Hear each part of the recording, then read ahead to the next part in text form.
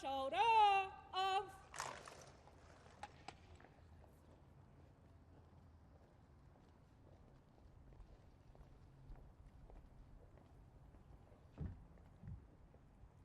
Australia's Federation Guard, General Salute, present, arms.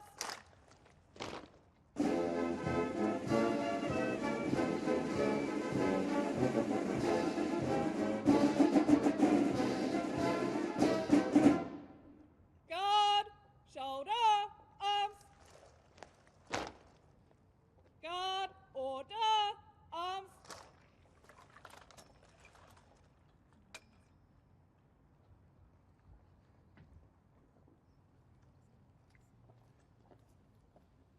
Guard, stand at ease.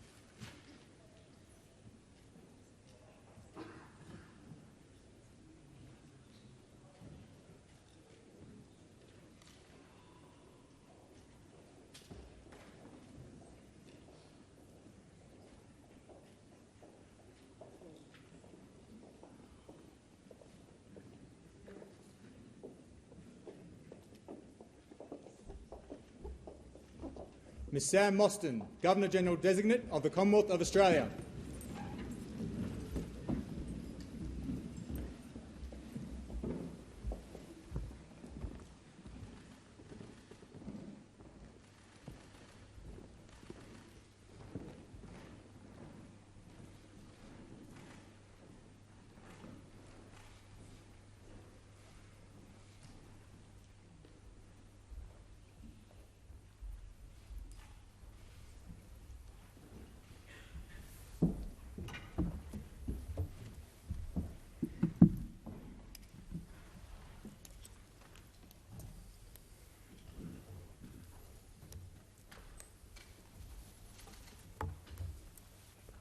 Ladies and gentlemen, please be seated.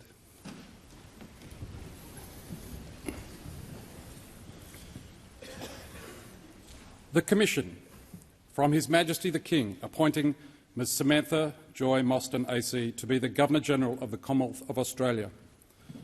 Charles III, by the grace of God, King of Australia and his other realms and territories, Head of the Commonwealth. To Samantha Joy Mostyn, Companion of the Order of Australia, greeting. We do, by this our Commission, under our sign manual and the Great Seal of Australia, appoint you, Samantha Joy Mostyn, to be, during our pleasure, our Governor-General of the Commonwealth of Australia.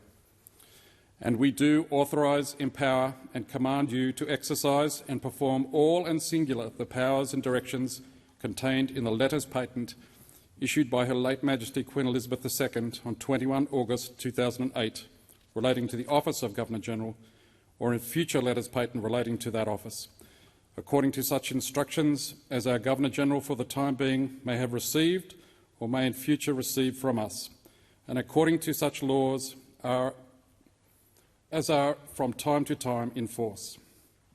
And we do declare that the powers conferred by this, our Commission, include any future powers that may in future be assigned to the Governor-General in accordance with Section 2 of the Constitution of the Commonwealth of Australia. The Commission is signed at its head, Charles R., and was given at the Court at Buckingham Palace on 4 June 2024. It is countersigned by His Majesty's Command, Anthony Albanese, Prime Minister. I now invite the Chief Justice of Australia to inspect the Commission.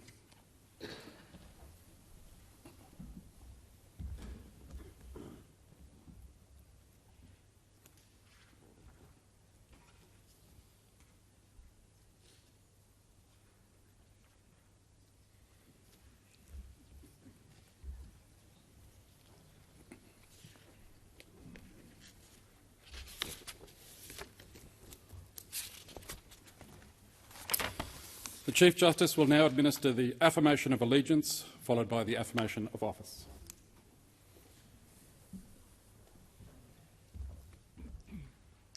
I invite you to make the affirmation of allegiance. I, Samantha Joy Mostyn, do solemnly and sincerely affirm and declare that I will be faithful and bear true allegiance to His Majesty King Charles III, his heirs and successors, according to law.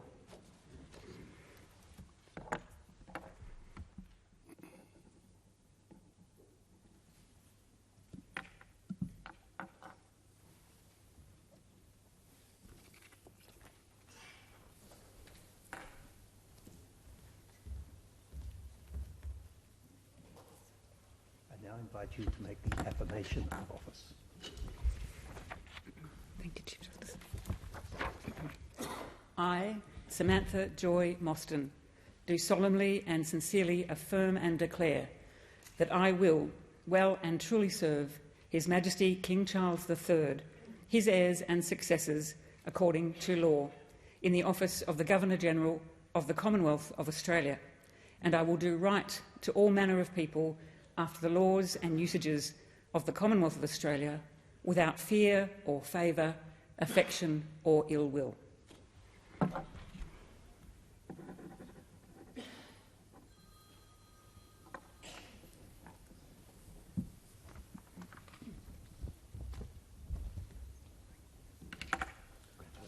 Thank you very much. Thank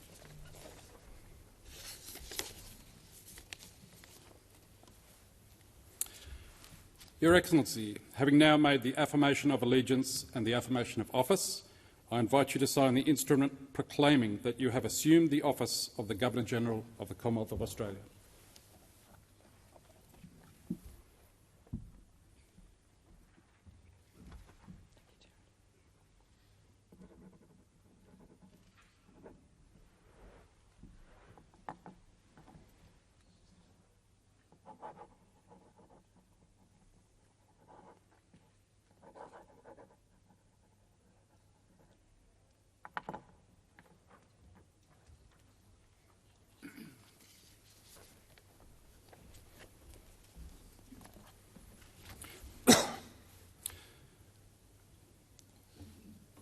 The proclamation.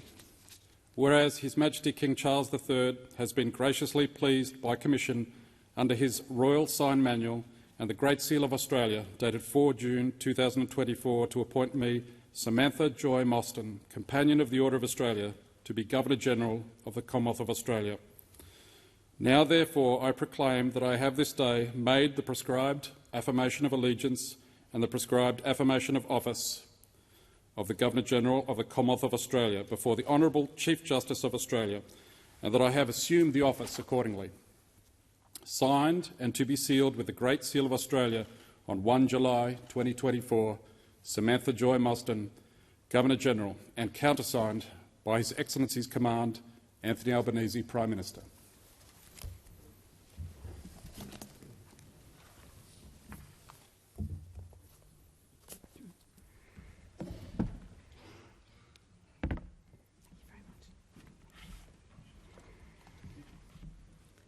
I acknowledge that this morning we gather on the lands of the traditional custodians, the Ngunnawal, and recognise any other people or families with connections to the lands of the ACT and surrounding regions. I pay my respects to their elders, past and present. I also acknowledge the very many First Nations elders, leaders and young people present here in the chamber this morning, who bring their languages and cultures from lands around the country. And a very special thank you to Auntie Serena Williams, Ngunnawal Elder, for your very warm welcome and a beautiful smoking ceremony as we entered Parliament House. And to Duncan Smith and his family, the Wiradjuri Echoes, for escorting us so beautifully into this place.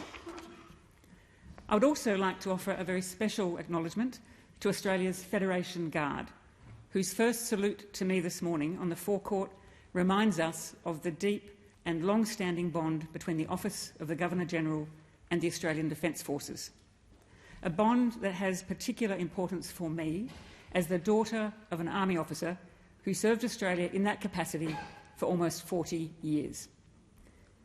The Honourable Anthony Albanese MP, Prime Minister of Australia, and Ms Jodie Hayden. Senator the Honourable Sue Lines, President of the Senate. The Honourable Milton Dick, MP, Speaker of the House of Representatives. The Honourable Chief Justice Stephen Gageler, AC, Chief Justice of the High Court, and his fellow justices. Members of the Diplomatic Corps, the Honourable Peter Dutton, MP, Leader of the Opposition, members and senators, distinguished guests, and my dear friends and colleagues, many of whom are sitting in the gallery together, some having come to our Parliament for the very first time this morning. Sitting here today alongside parliamentary, business and sports people are community workers, carers, youth employment advisors, family and domestic violence specialists, allied health experts, organisers of sporting clubs and networks, as well as volunteers, students and representatives of communities, charities and care organisations from across the country. These people are at the heart of our communities and our country.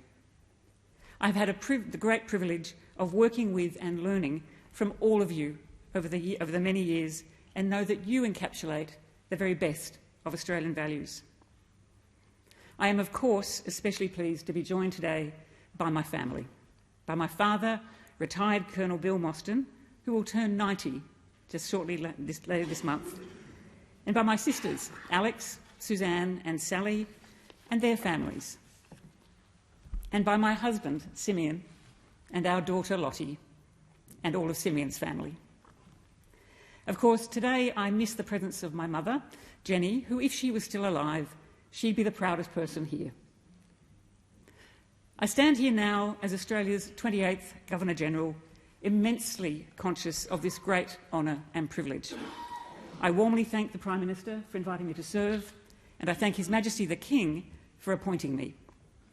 When announcing my appointment, Prime Minister, you said you sought a modern, optimistic Governor-General capable of uniting and celebrating the very best of Australia. In the past few months since accepting the position, I've reflected very deeply on your words. I've had to ask myself many questions about the role and impact of the Office of Governor-General in 2024. I decided there was only one way to answer these questions: to get on the road and listen to people. Listen carefully to those with unique experiences and insights. My first priority was to meet with all 5 living former Governors-General, including my immediate predecessor, General David Hurley. I congratulate and thank General and Mrs Hurley for their very fine service to our country over so many years. In addition to standing with so many Australians in the aftermath of natural disasters, they've performed their duties during the difficult COVID years. Simeon and I wish them the very best for their years ahead and thank them for their warm and gracious welcome to Government House. Now, it was a rare and special privilege for me to meet all former Governors-General. All showed me great kindness and encouragement and shared their wise advice, drawing on so much of the history of Australia over recent decades. In particular, I thank Dame Quentin Bryce, our country's first woman Governor-General. Her quiet dignity, experience and thoughtful counsel remained vital for me to understand as only the second woman to serve in this office. I also met all governors of our 6 states and many former governors, and I promised to meet the Northern Territory Administrator early in my term. I met the Prime Minister and the Leader of the Opposition and many former Prime Ministers and Premiers. In late May, I spent time with His Majesty King Charles at Buckingham Palace, and I took the opportunity in that private meeting to pass on the best wishes of Australians for his and the Princess of Wales's health. I am not the first Australian to be struck by the interest and warmth the King feels for this country where he lived and studied as a young man. In recent months, I've also spent time with people in our cities, in our regions and in the country, from businesses, civil society, philanthropy, frontline services and community organisations, as well as our scientific, sports, arts and cultural sectors. And every day I met impressive Australians who do not hold high office or any office at all. I listened to them in airports, in shopping centres, on the boundaries of sporting grounds, in theatre foyers and galleries, and just often on the street. Women and men, and often children, stop me regularly to talk about this country they love. Across a wide range of backgrounds, life experiences and opinions, all of them wished for a brighter future for Australia, and a desire for unity and optimism, a renewed sense of national possibility in building the future together. It struck me that the former Governors-General whom I met expressed the same desires for this country in almost the same words as did everyday Australians. They also reminded me that the role of Governor-General is not simply to be an observer of an Australian life, but to be a participant, to reflect the Australian character and its fundamentally democratic spirit. In a speech in 1993, 11 years after his retirement, former Governor-General Sir Zelman Cowen said, "Through this work, the Governor-General offers encouragement and recognition to Australians, many of whom may not be very powerful or visible in the course of daily life, and encouragement and recognition to the efforts of individuals and groups who work constructively to improve life in the nation and community." Sir Zelman also said that the Governor-General had an opportunity to promote unity and heal divisions against the passions and rancour of partisan politics. In his Australia Day address of 2001, Sir William Dean expressed a vision of Australians walking together, talking together, caring together, working together and achieving together. Sir William added that if we hold fast to this vision, we can face any challenge ahead. Today, for me, these words feel especially resonant. Everyone I spoke with, from former Prime Ministers to people in the street, proudly described our country as confident and successful. Yet in 2024, it's true that contemporary challenges are placing strains on that confidence. Many Australians expressed concerns about the global political environment and the range of conflicts around the world at this time. They ask whether young Australians will enjoy the benefits of this country in the way that older generations have. There is concern for rising lack of respect for women, of shrinking opportunities for some men, and the need for respectful conversations to understand the place of men in our communities now. Of growing inequality in a country that has always held equality dear. Of sometimes feeling this personally through a cost of living challenge where making ends meet has become harder for many. And of the lingering impacts of COVID-19 pandemic, the pernicious impact of social media we hear about every day, and the challenges to our mental health as a nation. Finally, and very constructively, many people express their concern that we might lose our capacity to conduct robust and passionate arguments and debate with civility and respect, without resorting to rancour or violence. Yet despite all these challenges, I will always feel tremendous optimism for Australia. I often reflect on the words of Cape York leader Noel Pearson. His three-part portrait of our nation frames who we are.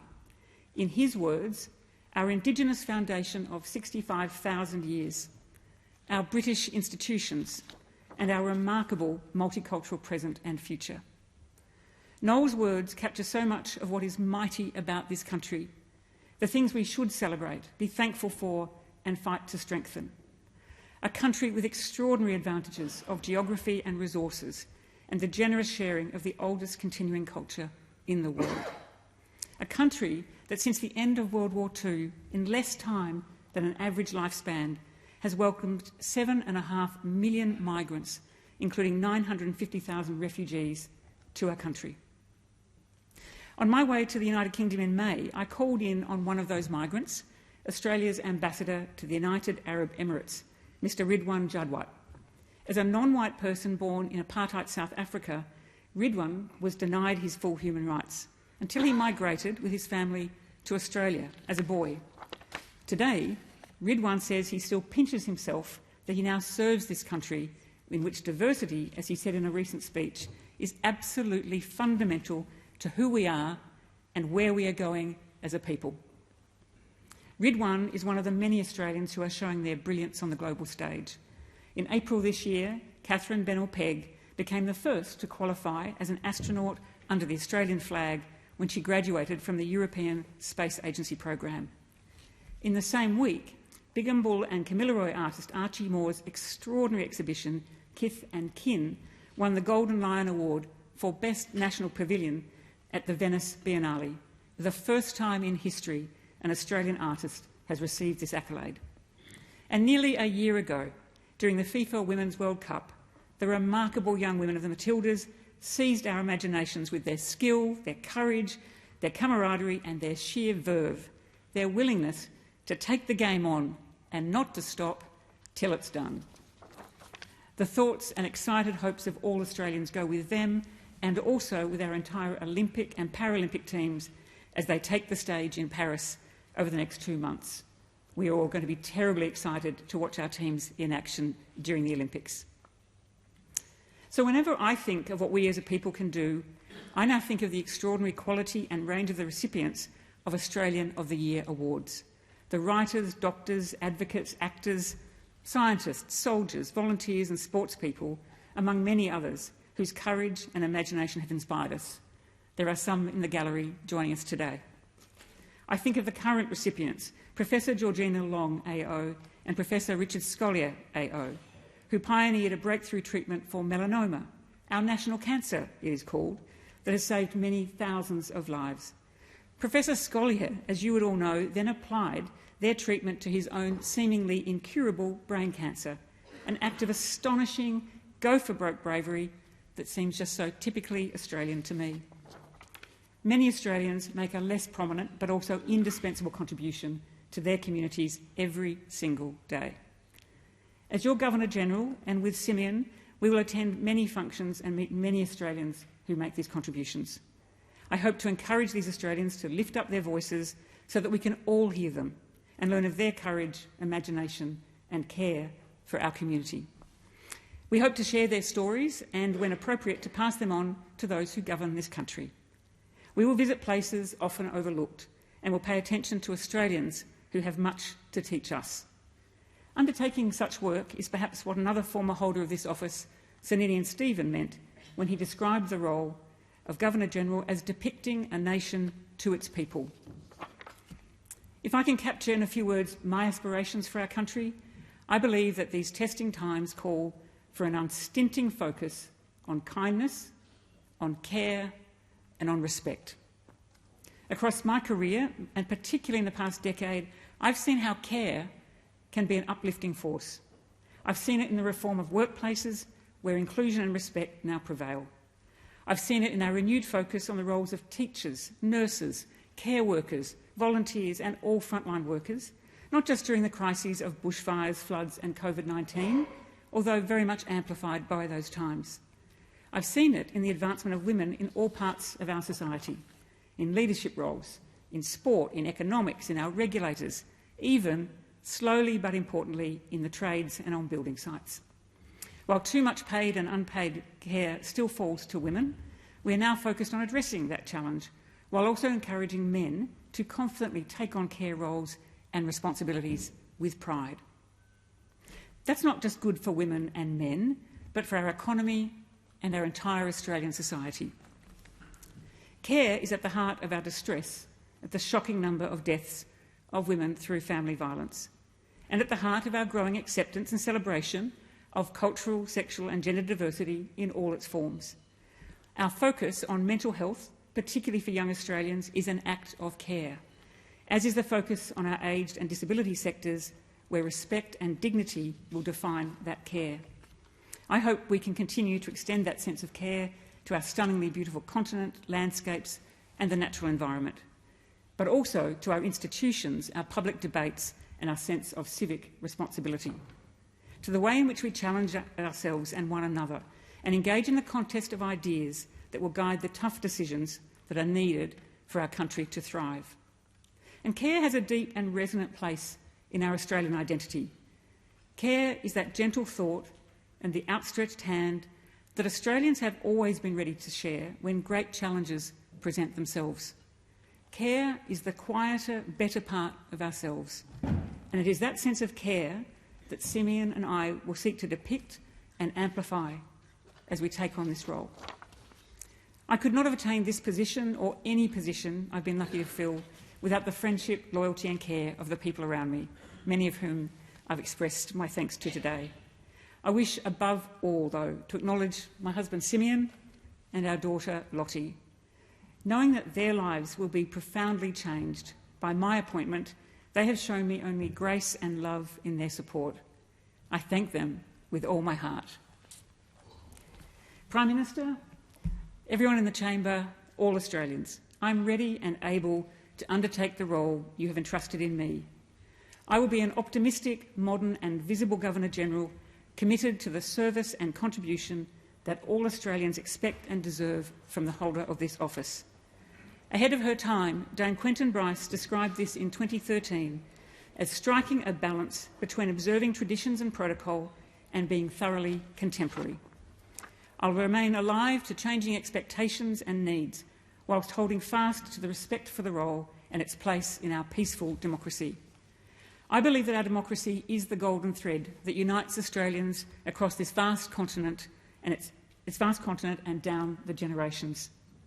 I am keen to begin the work of professionally and conscientiously discharging my executive and constitutional responsibilities, presiding over the meetings of Executive Council, leading and administering our honours and awards system, and when called upon, to be Australia's representative in international engagements. Most of all, Simeon and I look forward to engaging with Australians in the many places we will visit, and as long as I hold this post, I will do my utmost to reflect your hopes and aspirations, to stand with you in tough times and to celebrate your victories, great and small, to listen to you, to learn from you, and as Sir William Dean might have said, to walk with you. We can be optimistic, confident and proud as we build our extraordinary nation's future together. Thank you.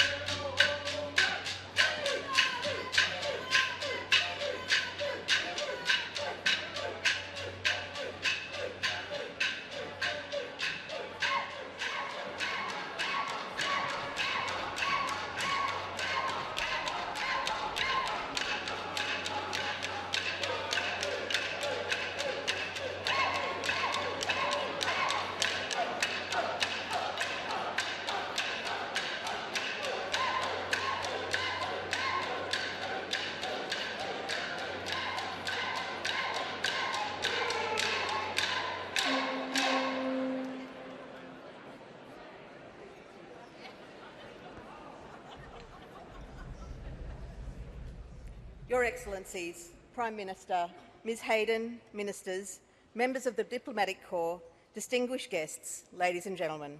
Welcome to Parliament House for this reception on the occasion of the swearing-in of Her Excellency Ms Sam Mostyn, Governor-General of the Commonwealth of Australia.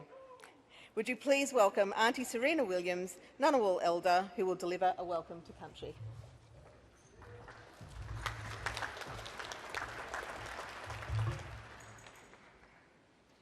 Good morning, everyone. I'm a very proud Ngunnawal Wiradjuri woman and very proud to be here this morning to do a welcome to country.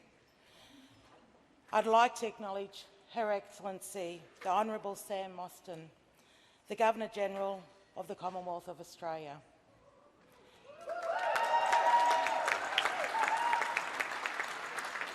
His Excellency, Mr Simon Beckett.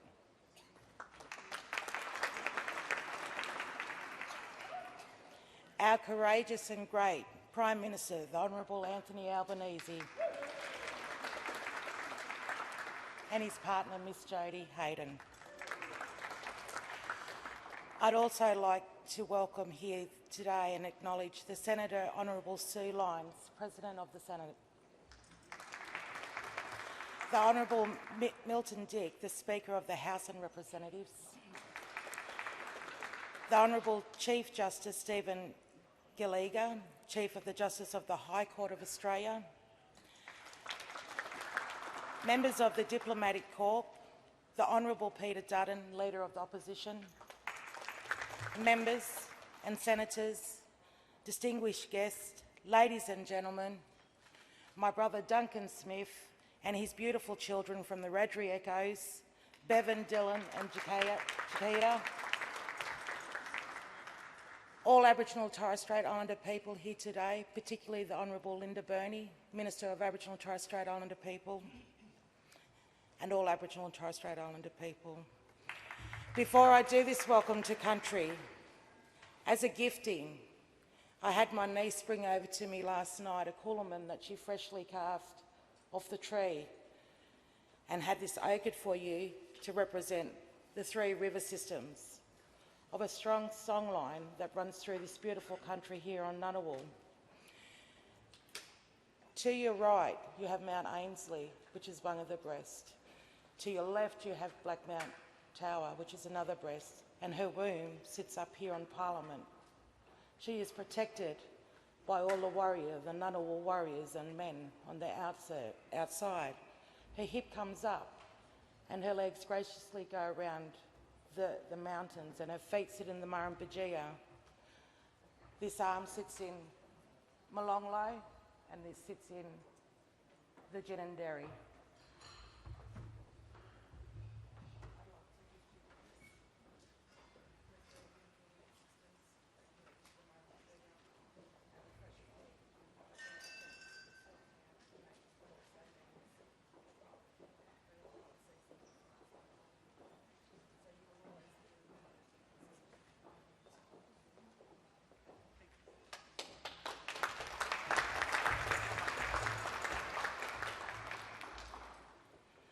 I stand here as a woman, a proud woman, Ngunnawal Radri, and understand my roles and obligations to my country. Love my community, love my people, and stand in the front line for women's business, as I'm very passionate about that. But I'm here to do a welcome to country to a great woman, a great Governor-General that will be coming, is now Her Excellency, that is coming here to take her journey and her obligations and roles and responsibilities. And I proudly welcome you here to country, acknowledging my elders, past, present and future, and that passage that you come through when I spoke to you here onto country, respecting my people, my ancestors and the country that you live and work on. And thank you all for coming through that. And I say in my revitalised language, I say, Yumalandi, Yeramora Nanawaldura, hello, come. I will sweep the lands for you to leave the footprints here on beautiful Ngunnawal country. Najan, the water of the Royal, the Murrumbidgee, the Molonglo, the Gudgeonbee and Ginninderry, that will cleanse you of all harm. And Mullian, Mullian is the wedge-tailed eagle, the totem of the Ngunnawal people, and she will guide, protect and oversee you here on this journey. I stand here proudly and I say on behalf of myself, other Ngunnawal elders and Ngunnawal family groups, I welcome you here to the beautiful land of the Ngunnawal.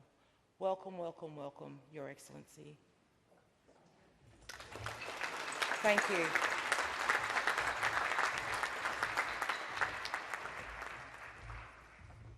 Thank you, Auntie Serena.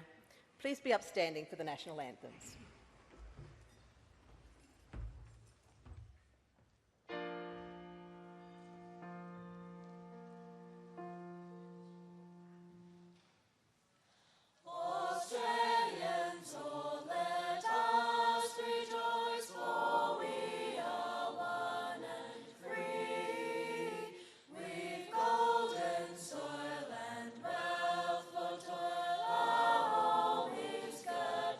Sea.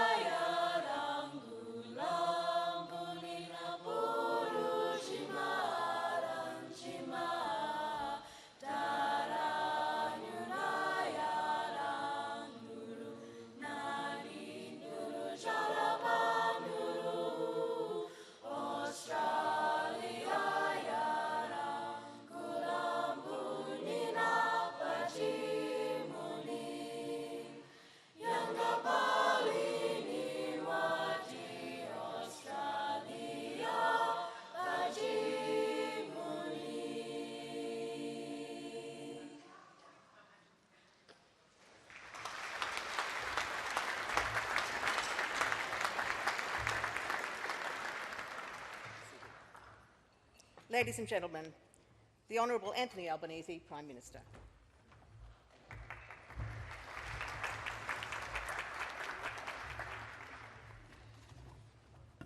Well, thank you very much, and I also begin by acknowledging the traditional owners on the land on which we meet today, and I pay my respect to elders past, present and emerging, and I thank Arnie Serena for that wonderful welcome to country.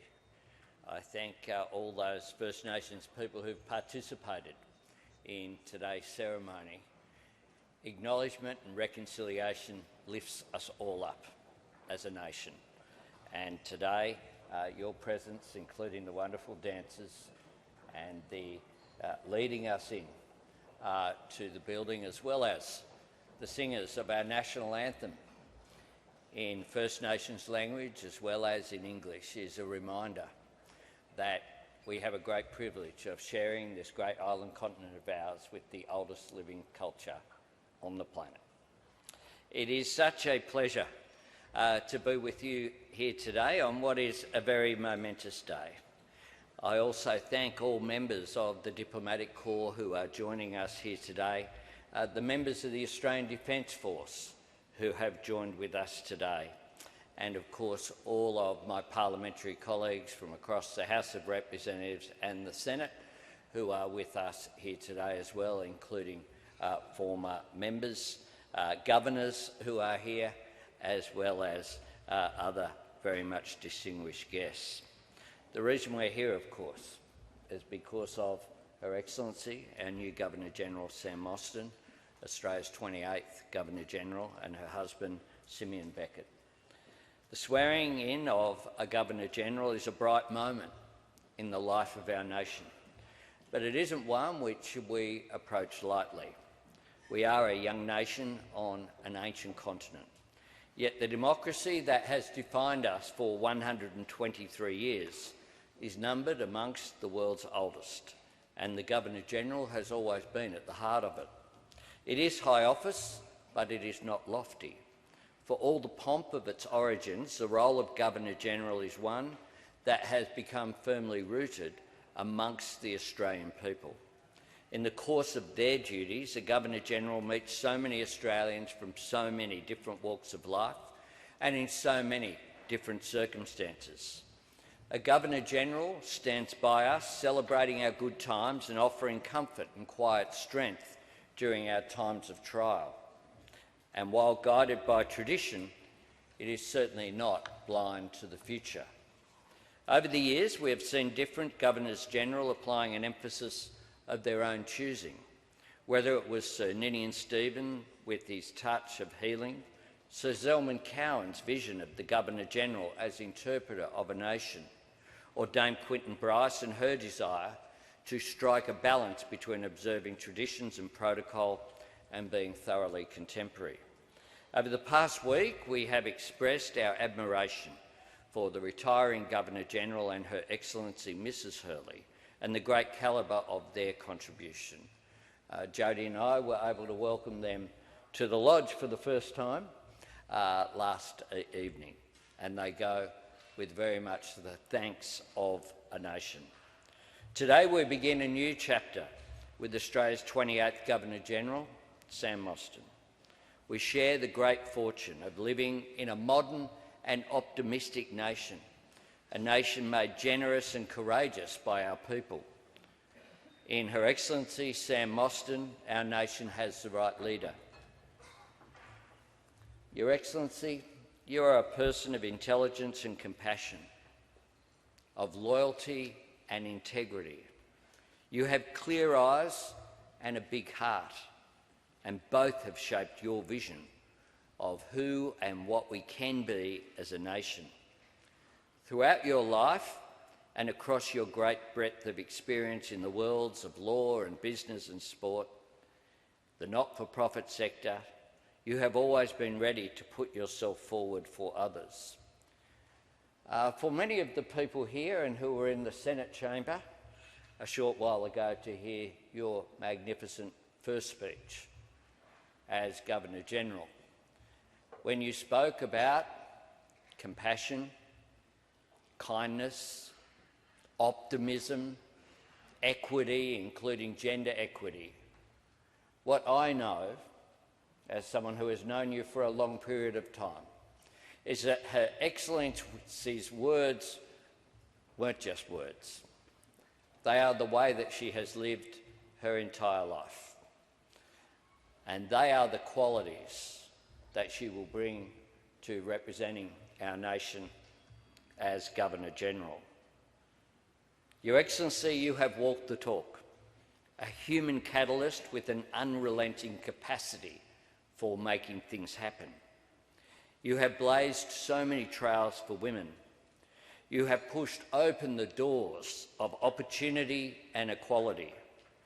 You have made a real difference for Indigenous Australians. You have added to the environmental and cultural health of our nation. For decades, you have been driven by a desire to make a difference in the lives of your fellow Australians, now and for future generations. The very sense of fairness that is the beating heart of our identity as Australians is something that you embody. In 1999, the Australian Financial Review described you as, to quote them, bound for glory. Yet glory is something that you have never sought. In 2019, your good friend who's with us here today, the playwright Susie Miller, had this to say of you. She inspires me. I wish you would be less modest.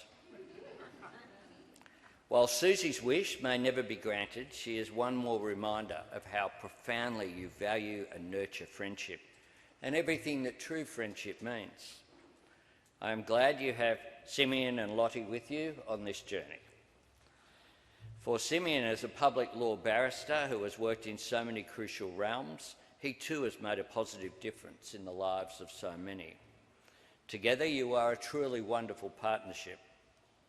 Your Excellency, you have lived your life in the service of a powerful Australian principle. When more people have the opportunity to fulfil their potential, our nation is a better place.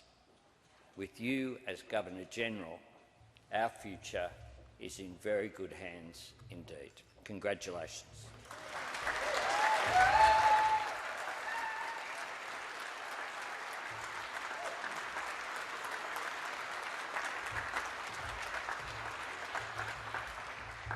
The Honourable Peter Dutton, Leader of the Opposition.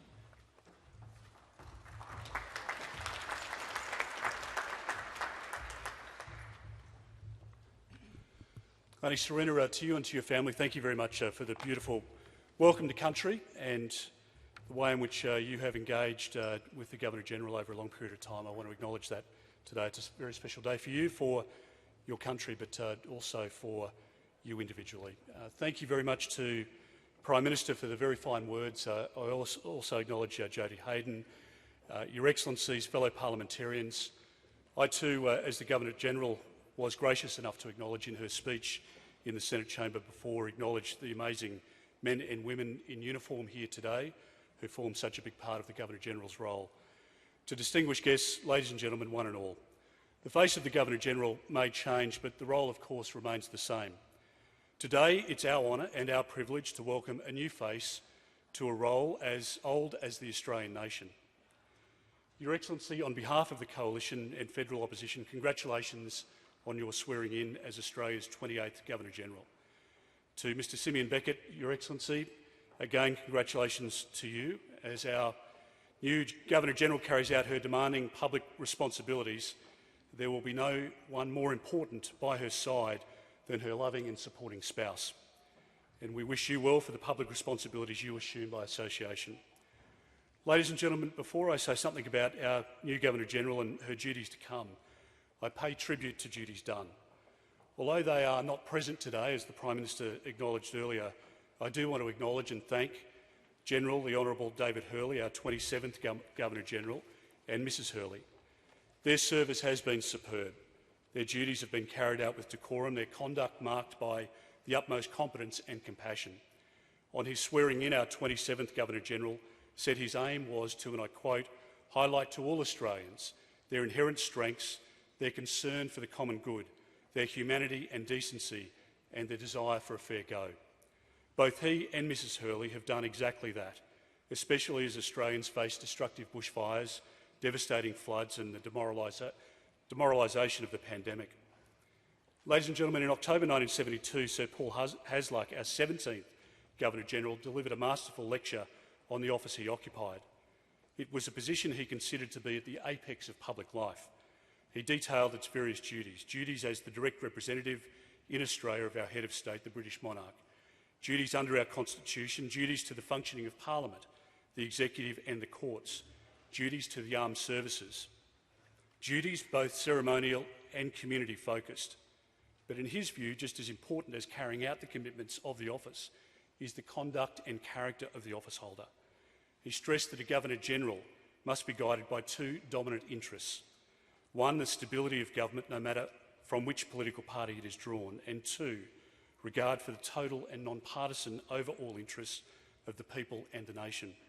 Sir Paul said that the Governor-General helps ensure that those who conduct the affairs of the nation do so strictly in accordance with the Constitution and the laws of the Commonwealth and with due regard to the public interest.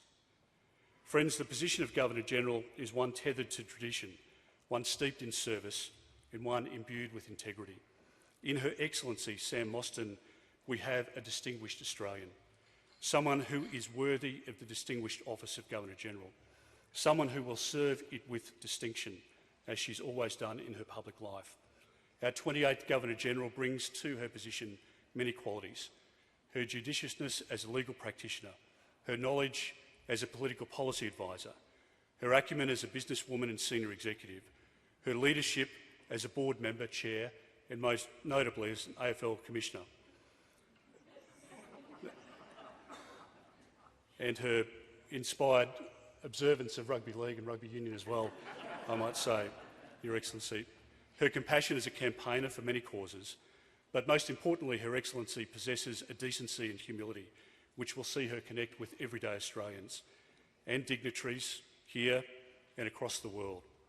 Your Excellency, we have every confidence that you will not only carry out your commitments as Governor-General with honour, but that your conduct and character will be befitting the honour and history of this great office. Our nation is grateful for your service to come. I had the great honour of meeting Your Excellency's husband, obviously, but father earlier, and I acknowledge your late mother as well as being heavy influences in your life and having guided you to the person you are today. May you help unite the country through your service, and may our Sovereign King Charles III be well served by you. Congratulations again on behalf of the Coalition.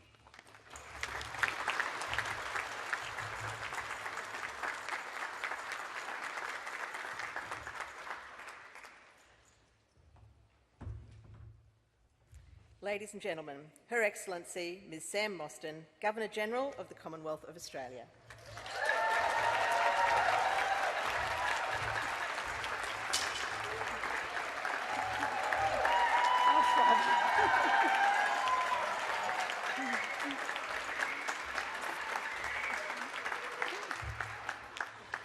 Oh, that's very, very generous of you. Thank you so much. Thank you, Prime Minister, and thank you, the Leader of Opposition, for those very kind and warm words. Thank you, Serena.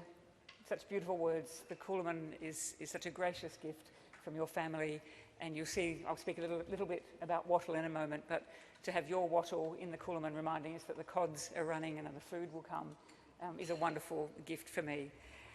Thank you for everything that you've done, and thank you to the Wiradjuri Echoes for that beautiful performances that led us in here today. I acknowledge that we are on Ngunnawal land and recognise any other people or families with connection to these lands of the ACT and the surrounding regions, and of course pay my respects to elders past and present. I'm not going to go through the guest list again. I hope I covered you all in the Senate chamber, and I'll spend a lot of time doing that when I'd rather say a few things about you rather than just introducing you. You are all distinguished guests here today, and I wanted to thank you all of you, in all of the roles that you play here, around the world. You play in my family life, my personal life, my business life, my charitable life. You have all touched me in some way, and I couldn't be prouder or happier to see so many people here. The faces that I'm seeing will inspire me as I take up this role this afternoon. We are here in a very special ceremonial place, the Members' Hall. It's located at the very heart of Parliament House. We're sitting or standing directly under a huge flag mast, one of the largest flags in this part of the world. And if you glance around the top of the inlays on the second floor, you'll see the bronze Federation stars that are inlaid and set flush with the timber panelling. The stars represent the states and territories of Australia. And before I offer some general remarks, I want to acknowledge that while we are here today engaged in this very grand ceremonial event, there is actually great pain being experienced in North Queensland in the wake of a terrible bus crash on the Bruce Highway. We hear about these all the time, crashes, disasters, but today I'd like to think that given that precious lives have been lost overnight and many are still fighting for their lives in hospital in Queensland, that the thoughts of everyone in this room are with them and their families and the first responders at this difficult time. While we were all together in the Senate chamber, you wouldn't have heard it, but there was a 21-gun salute to mark the change of Governor-General. It took place on the forecourt of Parliament House. I want to extend my deep appreciation to the Federation Guard and the members of the firing party. This ceremonial tradition has profound meaning. It is a mark of respect steeped in historical significance and has a clear message for us in the 21st century. The salute literally signifies the emptying of the guns. It commenced in the 17th century when naval warships would discharge their cannons when entering a foreign port to send a simple message, a clear message, a loud message. We mean no harm, we come in peace. Isn't that what military service is all about? Safeguarding the peace. Every serviceman and woman, when returning from duty, will attest that their mission was to secure peace. It is what I heard my father talk about during his many years of service, particularly after he spent time away from us to play his role. This is the essence of the 21-gun salute, service embodying a commitment to peace. And throughout our history, Australia's Governors-General have maintained a special bond with the women and men of our Defence Forces. And I acknowledge the presence today here of all Defence personnel. As I assume the role of Commander-in-Chief, I reflect on the words of Sir Zelman Cowen, who described it as a role giving expression to a special and distinctive relationship between the Governor-General and the armed forces of the Commonwealth. Sir Ninian Stevens similarly described this role like this: a close relationship of sentiment based neither upon control nor command, but which in our democratic society expresses on the one hand the nation's pride in and respect for its armed forces, and on the other the willing subordination of the member of those forces to the civil power. Now, you may know, or you may not know, that given the very special arrangement of this building and its architecture, when all of the ground floor doors are open, as they are open at the front, if they were all open towards the back, we would all have an uninterrupted view from the Prime Minister's office, through the Cabinet Suite, and all the way through this hall, down to the public entrance and onto the War Memorial. If you get a chance to look from where you are a bit later down to the War Memorial, you'll see a clear view today, given this glorious blue sky day in Canberra. Now, the reason for that is clear. It's a deliberate connection between those that exercise the civil power in the Cabinet room and the consequence of their actions that can be cited in the Australian War Memorial. It's a fundamental part of this building. There are many other stories of this building that tell us so much about the place of decisions made here and our democracy. Today marks the beginning of a new chapter in the enduring relationship with Defence, and I commit fully to this partnership, not as someone who has ever held a military position, but with the particular experience and perspective of growing up in that army family I've spoken of, where our attendance at Anzac Day services was a feature of our childhoods. It's also why I am so delighted that my father, my dad, standing right here, is here to witness this moment. as his almost 40-year service to Australia was something we observed and understood at very close range. Together with my mum's unwavering focus on care for others, it set a foundation of values for us as a family and has, in the most subtle and sometimes surprising of ways across my adult life, underpinned my commitment to contribute to building a better future for this country. For some of my sisters, it meant something deeper.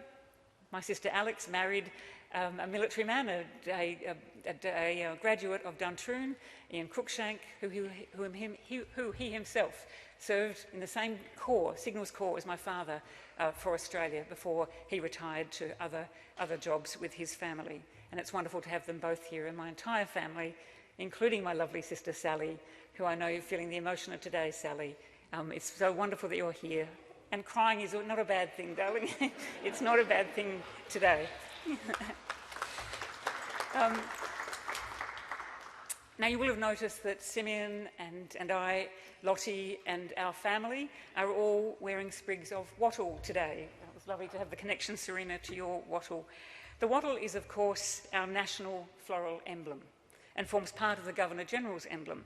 If you visit Government House, you'll see a very famous portrait of the young Queen Elizabeth, painted by Sir William Dargie, resplendent in a yellow gown adorned with a wattle motif. She's wearing a wattle brooch gifted to her by Sir Robert Menzies. As winter encroaches, the wattle will be blazing its way across the country, an explosion of colour, of optimism and excitement in the bush. Now, it's the people and places that form and shape us. Beyond my wonderful family, who I love dearly, it is the many people in this room and this place itself, our Parliament House, that have been the significant presences and influences in my life. I'm not going to go into great detail, but if you'll indulge me to share a few personal reflections. When I was 10 years old, I had my first encounter with the position of Governor-General. I'll never forget it. From a bed in the casualty department of the Woden Hospital, I watched live coverage of the 1975 dismissal as my broken ankle was being set in plaster. I wouldn't have seen that event but for televisions in hospitals. But for that fateful turn of events, I'm not sure my public school primary self would have shown much interest in our constitutional arrangements, our parliament and our democracy. Instead, when a couple of months later our 6th grade class visited Old Parliament House, I was hooked.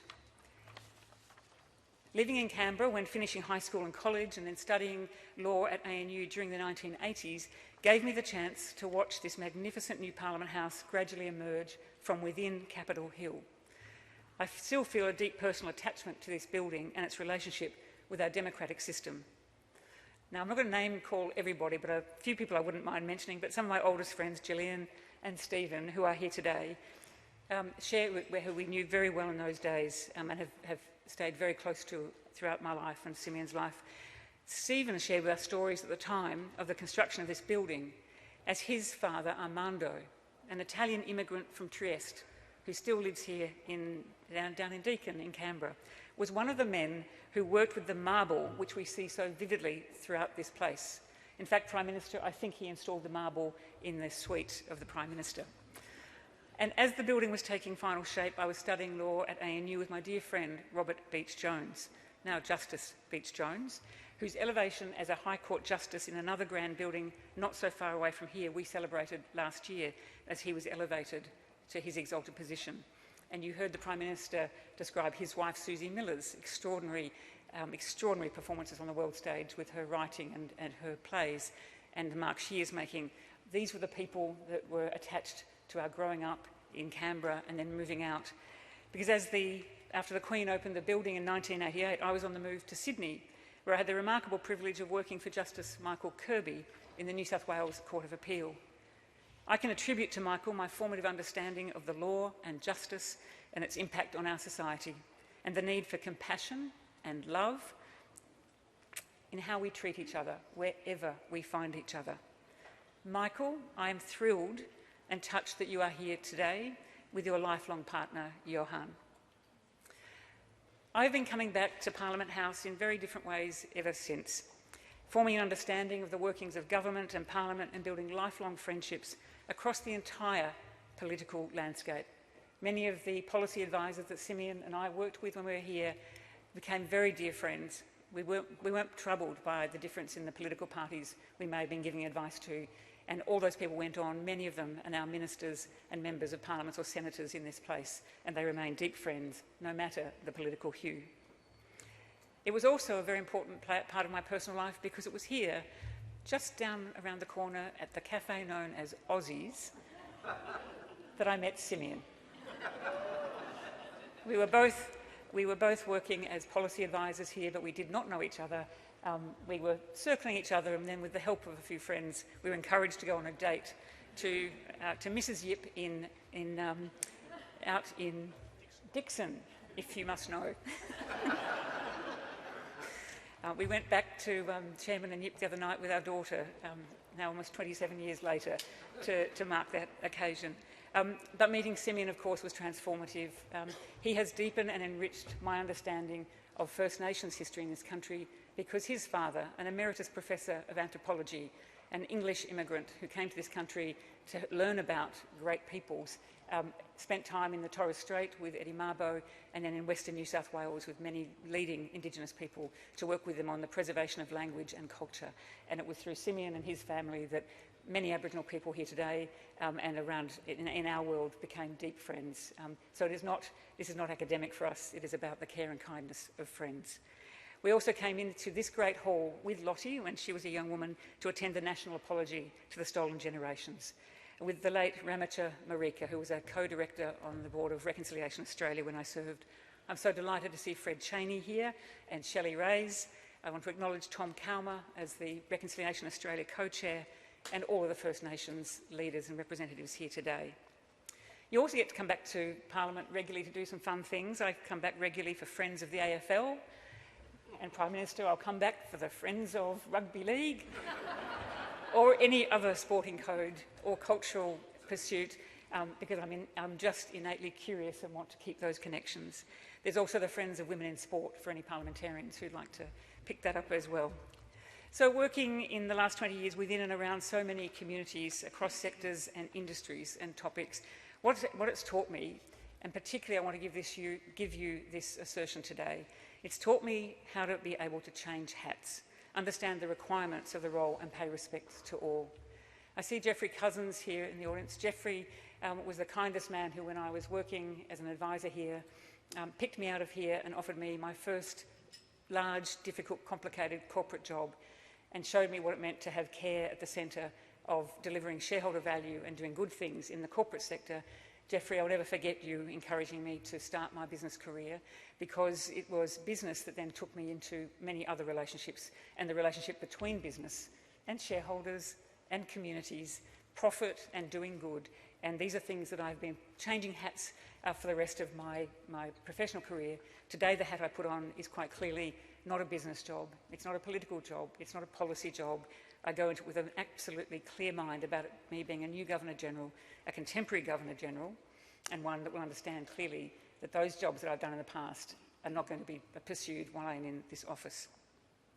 Now, while the ceremonies today have centred on the office of the Governor-General and me, it's extraordinary, goodness, the most important reflection today really is about all Australians and my promise to represent you all here, anybody watching the broadcast and everyone I will meet and that Simeon and I will meet across the country.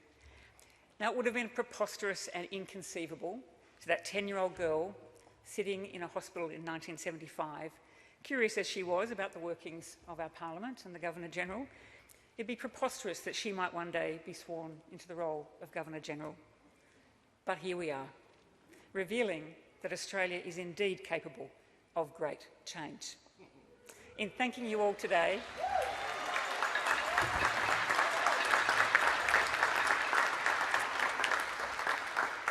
I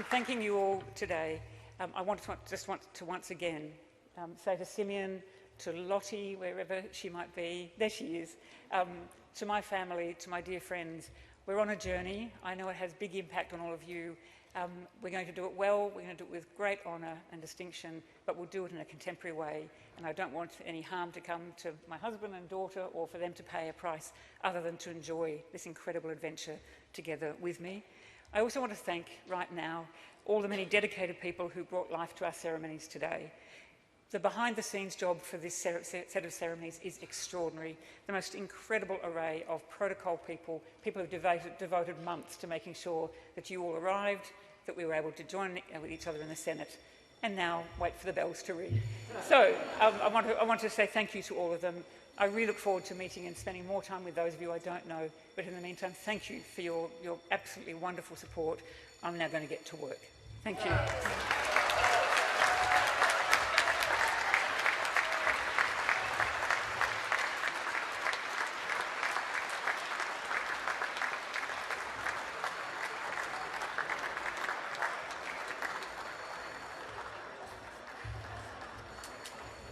Thank you, Your Excellency. Ladies and gentlemen, that now concludes the formalities.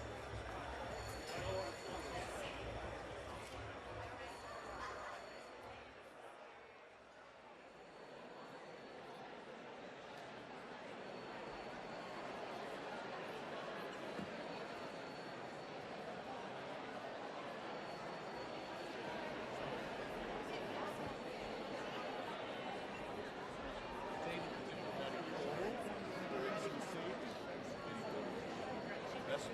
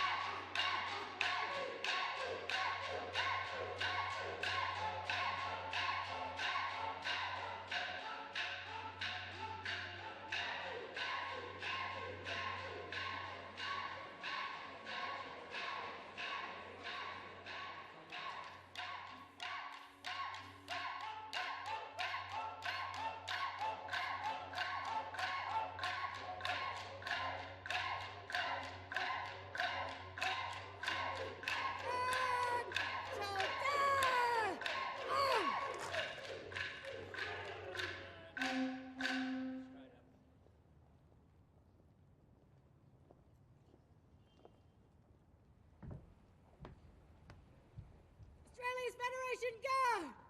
Royal salute! Present! Arms!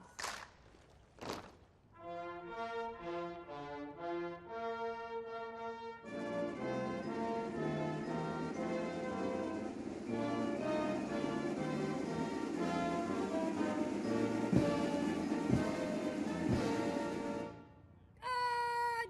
Shoulder! Arms! Order! Arms!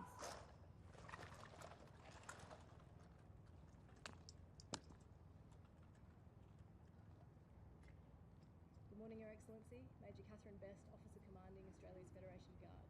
The Guard is ready for your inspection.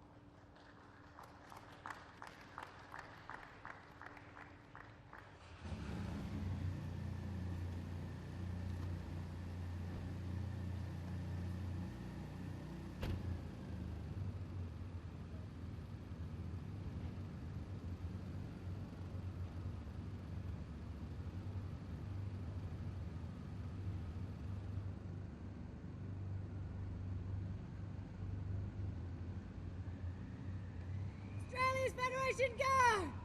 Royal salute! Present! Arms!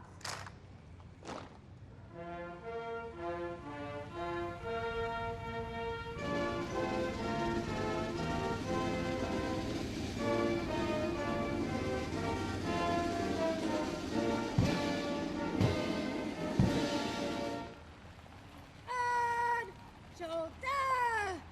Arms!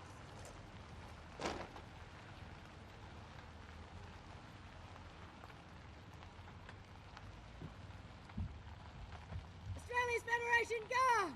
General salute! Present!